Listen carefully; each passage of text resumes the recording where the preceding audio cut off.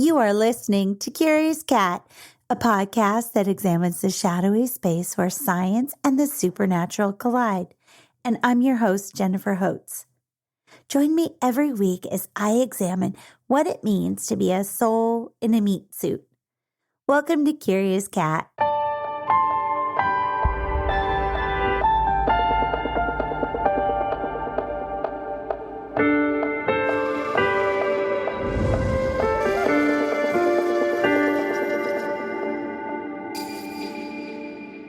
I am a tad early in kissing 2022 goodbye.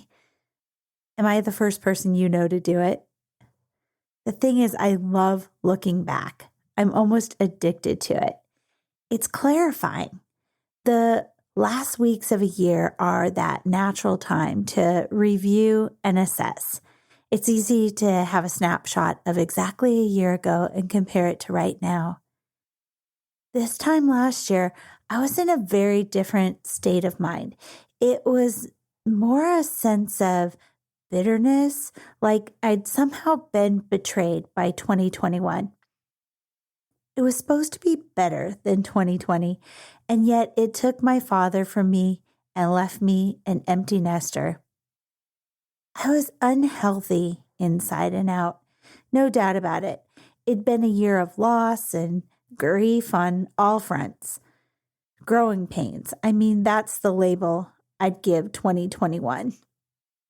2022 was a mixed bag. Personal growth was part of that mix, but there wasn't as much pain. I've tried to discern why. Mostly, I think it's been because I've been less reactive, more proactive. I've been trying to stay centered, ditching the news, really just keeping track of world events has really helped me to have some early success. And then there was meditation. That was a amazing, barrier breaker too, to finding, daily peace and getting back to the core of myself. And then I found morning minutes where I would sit in the morning, not very often, maybe twice or 3 times a week at the most before all the pets were swarming, and to just kind of get in my thoughts about what I wanted to accomplish in a day. But even the few times I was able to accomplish that have been pretty magical. Those things have kept me connected to the glory of the collective. Like I'm not on my own. I'm that thick-trunked oak whose roots spread out below the dirt as far and wide as those branches stretch across the sky. Yeah, on occasion, I will definitely get sucked into a current events drama, and I'll find myself with my hands balled into fists and my cheeks blazing with red anger. But the thing is, I catch myself faster now. I cool off and I reconnect with the energy of that collective, and I soon fill with love. That's the basic snapshot. But this podcast, it's given me a reason to dive headfirst into expanding my knowledge, stretching the bounds of what I believe. And I hope it's helped you to look at life, the world, other people, spirituality, nature, magic in a different way too.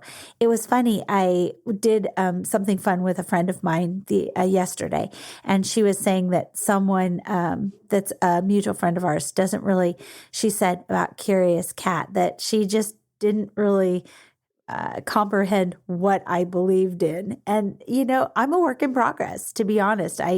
If I had to stop and say what my beliefs are right now, it would be to be more bent into Shintoism and Buddhism than Christianity, but I'm kind of an amalgam. But I am a work in progress. And that's the whole point of this podcast, is to just constantly be revisiting and stretching what it means to be a human being, to have a soul. And there's so much out there that is still such a mystery to me. And so I'm just having fun kind of unlocking those mysteries and diving into them. Anyway, I went through my notebooks and racked my brain. And after reading upwards of 40 plus nonfiction books to prepare those episodes this year, I had a lot to sort through. And this is the result. These are the top lessons I've learned in 2022. The first 6 or 7 episodes of Curious Cat are definitely raw seminars in grief. The death of my father, it forced me to look for him in other ways, other realms even. And that's how I ended up on this spiritual journey. It's a journey. And like a grief journey, that has no end. Both of them irrevocably change us. They teach us to see others as more than what we see with our eyes. We know that everyone is fighting a battle. Some are just better than others at hiding it. But the big lesson grief taught me, the worst aspect of grief is when others have moved on and you are sitting all alone in the loss, isolated because you're still stuck in the anger, the sadness, the bitterness, just the loneliness, the pain. I've learned grief takes a non-linear path. It's a time traveling sneak too. I mean, there are memories that grief corrupts. I've had to push back and rewrite them to be accurate. Grief does not care that you are busy or sick or broke. In fact, like a predator, it senses our weakness and circles in on us until we're forced to pay attention. Grief doesn't obey schedules either, like not astrological forecasts or birthdays or sickness. It's like a perpetual Mercury in retrograde. The only remedy to grief is to sit in it until, like a storm, it passes us by. For my part, since experiencing this grief, I've been real about my grief. I've tried to have absolutely zero filter about it so that others never feel alone on their worst days, in their worst moments. I'm with you. I am literally the shoulder you can lean on. I understand losing someone is awful, and then moving on without them is terrible too. Another huge lesson I can take away from 2022 is to pray with gratitude, not desperation. So have you read Conversations with God, an Uncommon Dialogue by Neale Donald Walsch? My goodness, this book hurts my brain, but also I can't stop turning the pages. From the introduction, so this is right from the very beginning. It says, this book wasn't written by me. It happened to me. So I'm slow walking through the chapters. Like I said, it really literally hurts my brain. The first few pages blew my mind, and my old ways of thinking just blew up with it. Thank goodness I've been reading it at the same time as my precious soul sister, Molly. 3 states apart, we text each other as we have these epiphanies. And yeah, I do overuse exclamation points in those exchanges, but wow. The opening pages of that book transformed my morning minutes and prayer life. Early in their conversation, God tells Walsh that many come into our thoughts posing as God, but they are not God. Asked by Walsh how to discern the difference, God responds, mine is always your highest thought, your clearest word, your grandest feeling. Anything less is from another source. Okay, this passage reminded me of panning for gold. I swear it relates. We were visiting Alaska, and the kids were pretty young back then. We sluiced our pans through Crow Creek as mosquitoes feasted on my plumber's butt. We dug, sluiced, searched through the remnants, and after, maybe a half hour or so, I picked out a couple of shimmery bits from my pan, thinking they've got to be gold. Then my eldest flashed their find, bright yellow, a whole nother level of shine and sparkle. This was definitely gold. I'd been so desperate to find some myself, I'd made a rookie mistake, thinking fool's gold was the real thing. And I knew better. I mean, I took geology at University of Washington. I washed my pan out in the creek and I tried again. The truth, like that gold, shines with unmistakable brightness. Not only that, but desperation cannot turn fool's gold into the real thing. So yeah, this lesson is a twofer. Wash goes on in the conversation to ask about prayers, answered prayers and those that aren't. And I sense his anger there, bitterness. But what God said in response blew my mind. Quote, "You will not have that which you ask, nor can you have anything you want. This is because your very request is a statement of lack, and your saying you want a thing only works to produce that precise experience, wanting, into your reality." God goes on. The correct prayer is therefore never a prayer of supplication, but a prayer of gratitude. When you thank God in advance for that which you choose to experience in your reality, you in effect acknowledge that it is there, that in effect it's a done deal. Thankfulness is thus the most powerful statement to God, an affirmation that even before you ask, He's answered. Therefore, never supplicate, appreciate, God said. This passage of the conversation flipped my prayers. Now I pray with gratitude, as though what I seek is a done deal. Thank you, God, for healing my dog. Thank you for the health and safety of my loved ones. It's a special type of magic to move forward as though what you desire has already been given and received, or it's in the works. It's powerful, it's freeing, it's joyous. This prayer resonates differently than the ones made out of fear or desperation. It just feels better. So I encourage you to give this a try. The next lesson from 2022, will my dreams bring me what I need, not necessarily what I wanted? The case in point is my elephant dream. I know sharing a dream isn't the most exciting content. I understand that, so I'll make it brief. But in that dream, I rode in a small boat. I was floating on a narrow waterway beneath this stunning white domed building. Like it was a mashup between Taj Mahal and It's a Small World. Ahead, straddling the waterway, stood this glorious gray and blue elephant. He had this elaborate cloth trimmed with gold on its back and head. So as I sailed beneath it, the elephant grazed my cheek with its trunk.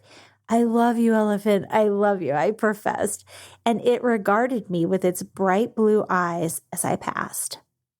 I didn't have time to jot down the whole thing when I first woke up. Instead, I wrote down keywords: elephant, boat, white palace, blue eyes, water, I love you. Later, when I had more time, I filled in the blanks. Then I thought about the dream. My impressions were love and awe for the elephant, joy, tenderness. I tried to decipher the dream's meaning. Was I being told that I'm some high and mighty incarnation of some hallowed spiritual leader? I mean, I'm laughing because just wait. Dreams give you what you need, not what you want. So in the back of my dream journal, there's this glossary of terms, objects and such that are common in dreams and their possible meanings. Elephant symbolizes the need to let go of the past. Water indicates spirituality, knowledge, healing, and refreshment. Boat means ability to cope with and express your emotions. Blue eyes mean this is a trustworthy vision and is spiritually significant. So with all that in mind, my dream clearly means that the elephant came to tell me it's time for me to let go of the past. I've healed, and looking backwards is actually impeding my spiritual journey. There's no need to spend any more time contemplating the past. Trust this to be true, move forward. I mean, wow, that's definitely not what I wanted, but it was exactly what I needed to know. While we sleep, at the very least, our bodies heal as our brain absorbs the goings on of the past day. Our dreams can also be like that friend you can always rely on to be straight with you, give you the God's honest truth, even if it leaves your ego slightly bruised. My elephant dream said, "Stop, stop, stop. You have mourned your father enough. Move forward." That doesn't mean leaving his memory behind, just that actively grieving is no longer necessary. Instead, actively remember him as you move forward through life. This was what I needed to hear. But in the waking state, I would have closed my ears. The dream, even my completely wrong initial interpretation, was a safe way for my subconscious to teach this lesson to my conscious self, my ego. So not all dreams hold powerful lessons, though I did read recently that any dream you remember holds a deeper meaning.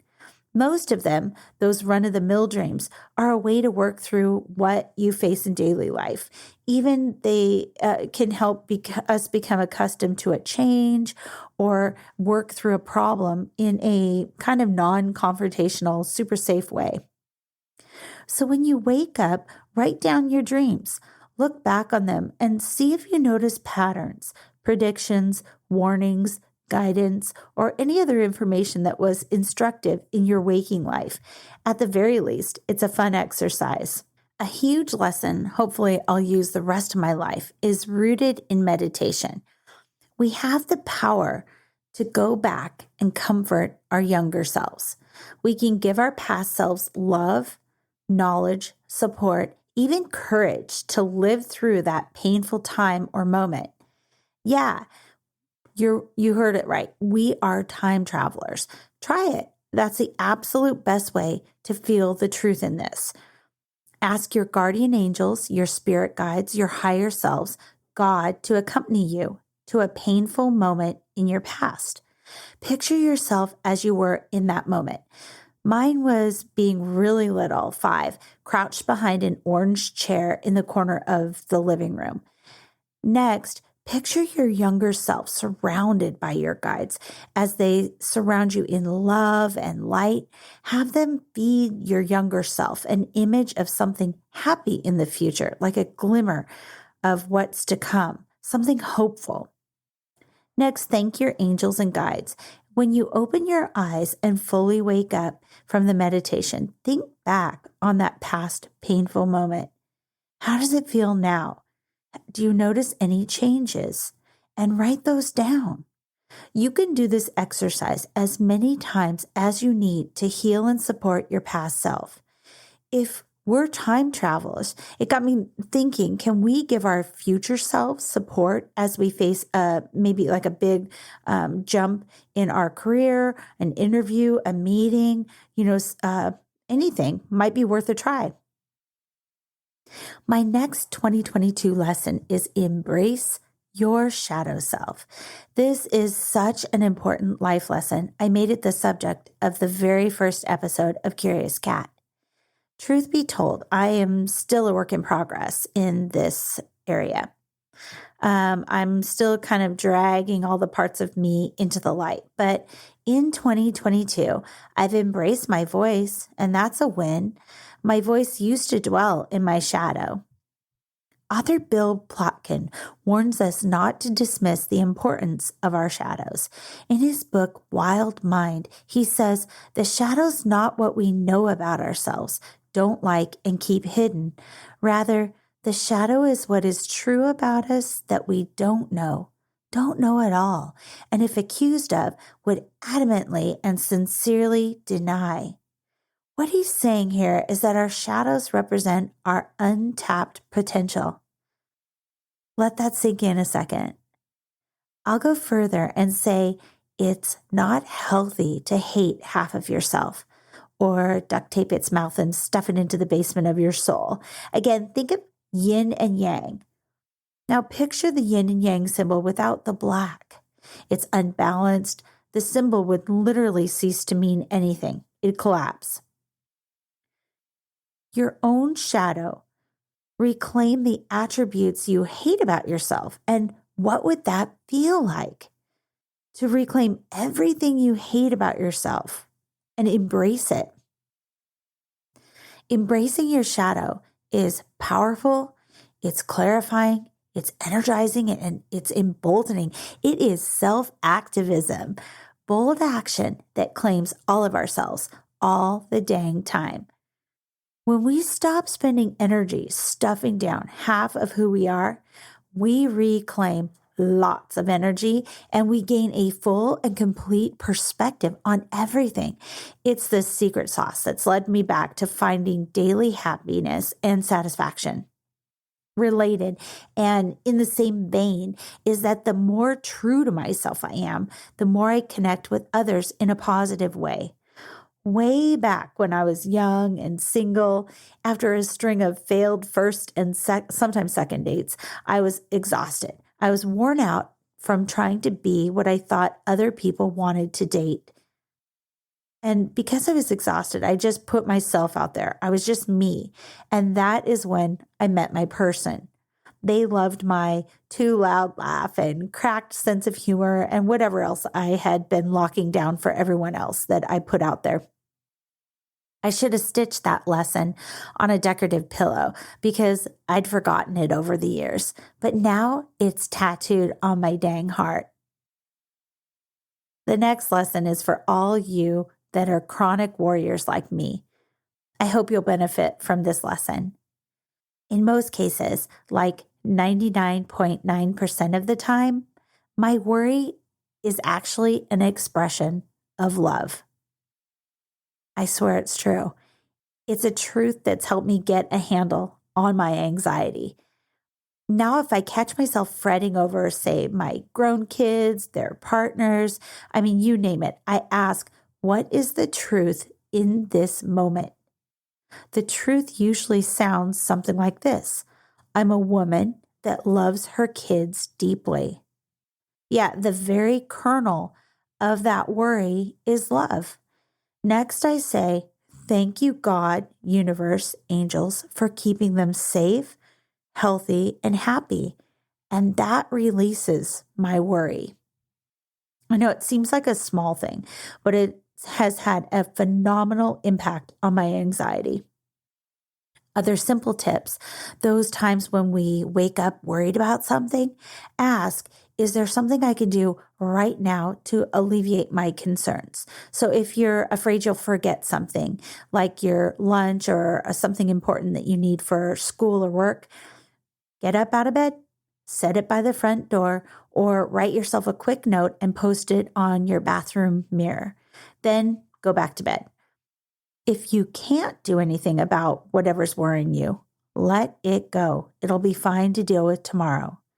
This advice was given to me as a kid, and it helped me rest easy back then, and it has ever since. So thanks, Mom. The next lesson begins with a question. Have you ever been told that you're too much by someone? I have. It took me until this year to realize what they're really saying when they tell you that is they don't think they are enough to be in your life. Yep, it's their shadow speaking. It's not a you thing, it's a them thing. Don't bother trying to set the record straight either. Save that energy. It is a them thing. Also works in most instances of like road rage, rude drivers, pushy people in public, you name it. I'm sure you, like me, blame yourself when someone acts up on the road or if you're in close quarters and there's a little bit of a misunderstanding. But instead, try seeing it as a them thing. And pretty quick, you'll find you're not pulled into the drama. If you have made a mistake, who hasn't, like accidentally cut off somebody in traffic or whatever, just look in the rearview mirror, raise a hand and apologize. Then let it go. The last lesson of 2022 for me is probably the most controversial. I'm also speaking from my experience only. It's something I've noticed and feel compelled to add to this list because it's had such a powerful impact on my life. Alcohol does not help my life or health. I've never been a big drinker, never. But during the lockdown, I looked forward to a glass of wine with dinner. every night. It became a routine, something I was doing without even thinking about it. I'm not sure when it happened, but at some point I realized I was shedding all the stress of the day with that first sip, or that's what I thought I was doing. And that is not good. I'm not comfortable having any substance be a crutch for my mental health or well-being. And that's when I began to cut way back, like only having a glass of wine every now and then. This month, I've given it up entirely. And I've noticed a lot of changes with my body, with my mental health, and with my sleep habits. So when I don't drink alcohol, I sleep better. My guts work better. My body feels good, and I've had so much extra energy, and that's probably due to the added sleep. I exercise more regularly, and I have a lot more energy to work and do fun projects. I've also found I have fewer hot flashes, and my disposition is more cheery and optimistic, which is good for everybody around me. As we move through the holidays, I'm not certain I'll rule out alcohol entirely, but I am noting the benefits. Even in my face, my skin looks healthy and supple. So I'll keep these benefits in mind before I take that sip. So, what lessons did 2022 teach you? If you're comfortable, share them with me on socials. Curious Cat is on TikTok now, Instagram, Facebook, and Twitter. And I always love to hear from you. Thank you for listening to Curious Cat. Huge gratitude for my art director and audio engineer who've been working on a secret project for season 3 that I can't wait to tell you about. If you're in need of those services, find their links in the show notes. And please be sure to subscribe so you never miss an episode. Until next time, stay curious. I love you.